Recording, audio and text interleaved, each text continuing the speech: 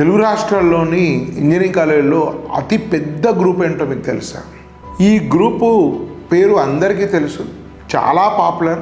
అదే దాని ఫౌండర్ అంటే కూడా చాలామందికి చాలా క్రేజ్. సోషల్ మీడియాలో ఆ ఫౌండర్ చాలా ఫేమస్. ఆ కాలేజెసే మల్లారెడ్డి సిఎంఆర్ కాలేజెస్. ఇవి చాలా పాపులర్, దాని ఎలాంటి సందేహం లేదు.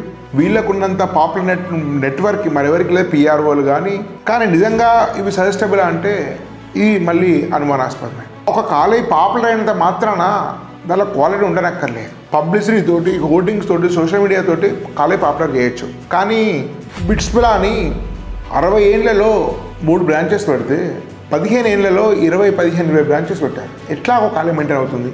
కాలేజ్ అంటే డబ్బులు కాదు, కాలేజ్ అంటే బిల్డింగ్లు కాదు, కాలేజ్ అంటే పర్మిషన్. కాలేజ్ అంటే ఒక సిస్టమ్. ఒక ఇంజనీరింగ్ కాలేజ్ సిస్టమ్ వెళ్ళాలంటే కనీసం 5 నుంచి 10 ఏళ్ళు పడుతుంది. ఒక ఐఐటీలో ఎదగాలంటే 10 ఏళ్ళు పడుతుంది. 10-15 ఏళ్ల కాలంలో 15-20 కాలేజీలు పెట్టి క్వాలిటీ మెయింటైన్ ఎట్లా సాధ్యమవుతుంది? కాబట్టి అది అసాధ్యమైన విషయం. ఇవి ఎంత పాపులర్ అయినప్పటికీ కూడా దయచేసి ఆ కాలేజీలు చేరకండి. వాళ్ళు ఎలాంటి నాణ్యత లేదు, ప్లేస్మెంట్స్ రావు, అడ్మినిస్ట్రేషన్ సరిగా ఉండదు. కాబట్టి కాలేజీ పబ్లిసిటీ ఆధారంగా పిఆర్ఓల దగ్గర చేరినట్టయితే మీకు అన్యాయం జరుగుతుంది, మీరు తీవ్రంగా నష్టపోతారు. కాబట్టి విషయాన్ని గుర్తుపెట్టుకోవాల్సిందిగా హెచ్చరిస్తున్నాం.